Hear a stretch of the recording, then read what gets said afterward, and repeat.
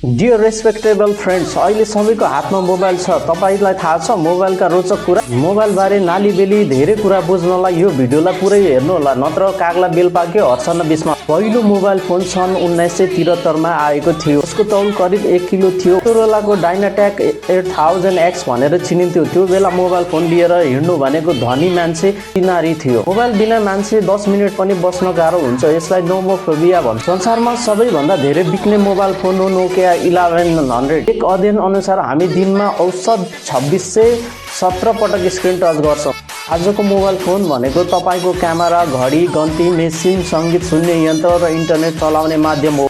छोटकरीमा भन्नुपर्दा यो तपाईको हातको संसार हो। अब तपाई भन्नुस् तपाईको मोबाइल बिना तपाई कति समय बस्न सक्नुहुन्छ? कमेन्टमा लेख्नु। यो भिडियोलाई एक लाइक गरी च्यानल सब्स्क्राइब गरिदिनु है।